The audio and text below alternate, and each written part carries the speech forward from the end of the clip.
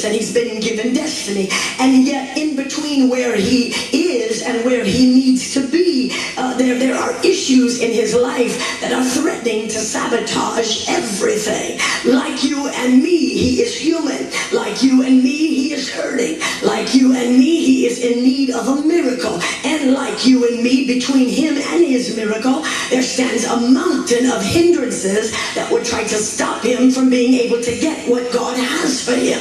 A mountain made up of the same kind of stuff that you and I have to face in life.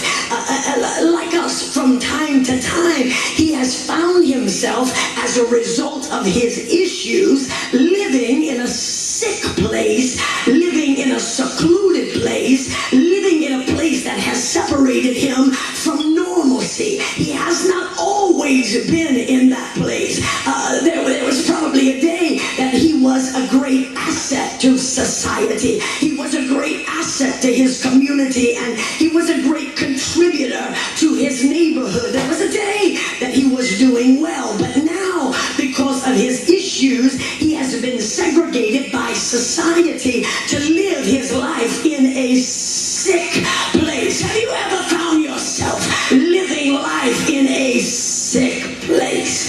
The pool of Bethesda was a place that was surrounded by 5 porches, and it was the place where the infirmed of society would come, or else they would be brought to, or they would be excommunicated to live out the remainder of their days with people who were sick just like they were sick. Now, this is an isolated place that they have found themselves in, which really only adds insult to injury, because not only are they sick, but everybody around them is sick as well. And because everybody around them is sick, they are living in a sick society. So not only are they sick, but everyone around them is sick, and their atmosphere is sick because everybody around them is sick. You know, it is dangerous to surround yourself with sick people, because if you stay around sick people long enough, you will find yourself sick, and you won't even know when or how it all happened to you. When I was carrying Lana, my first baby, I had morning sickness really bad, and we lived in this little apartment, and Bishop had got up one morning before me, and he was in the shower, and I woke up and it hit me, and you mothers know what I'm talking about. I ran to the bathroom, and I was just throwing up. I know that's gross. Oh well, whatever, I'm human. I was throwing up everything that I was just all hugging the commode. I was so sick. Next thing I know, I found myself in a fight with the shower curtain. I didn't know what in the world was going on. But what was happening was the bishop was in the shower, but when he heard me get sick, he came out the shower, was moving the shower curtain away and pushing me out the way so that he could throw up too. He wasn't pregnant. He just got sick because he was around somebody that's sick, and sickness is contagious.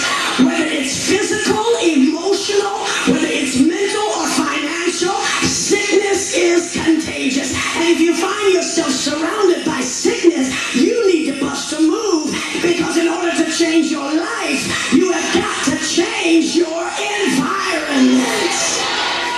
If everybody around you is angry and you don't want to be angry, then you got to change some things. If everybody around you is bitter, if everybody around you is critical, if everybody around you is negative, if everybody around you is prejudiced, and if you don't want to be prejudiced, tell somebody you got to change some things.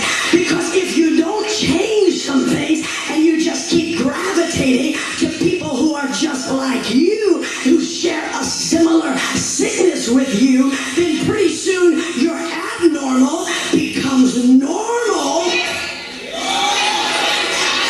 Because if all you ever talk to are people that are sick like you, and bitter like you, and prejudiced like you, and mad like you, and struggle like you, then pretty soon you start thinking that the whole world is just like your world.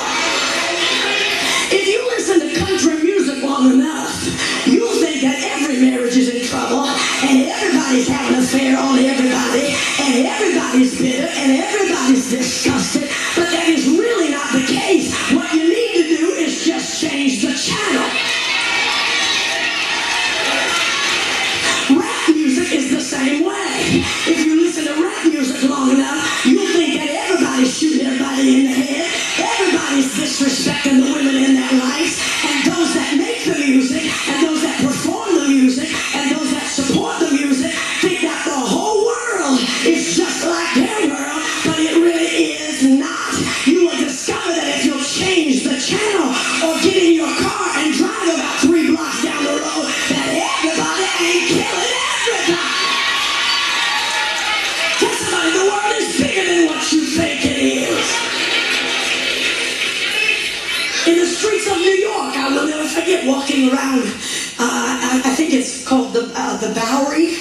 It was the Bowery, and you would see people, they were homeless people. It was a mess. But then all of a sudden you crossed the line, and you were at, was that Fifth Avenue or one of those areas, and there was all kinds of beautiful stores and beautiful window displays and fur coats and mink coats and all of that stuff, designer handbags, and just on that side of the street you got people that are homeless. And as we were walking, I began to realize that, you know what, if you will just keep walking in life, eventually you can walk into a whole new world. Oh, that's why I love Jesus. He gives you an ability, he gives you an opportunity to build yourself a whole brand new life.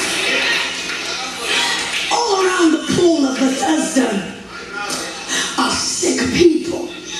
The blind are there, the halt are there, the lame are there, even lepers are there, and every person with their own disease would somehow navigate to that particular porch. So maybe on this porch you have blind people, and on that porch you have lame people, and over here you got maybe leper people. That was probably the structure, that was probably the system, that was probably the way that it was all set up, because each porch attracted its own. Kind of like people who can come into a church like this and not know anybody in here, have no connections within here. I mean, you came here from Alaska, but now you're here, and you didn't know anybody, you never been here before a day in your life. But now that you're here, we discover that if you were a liar in that church, if you were a liar in your last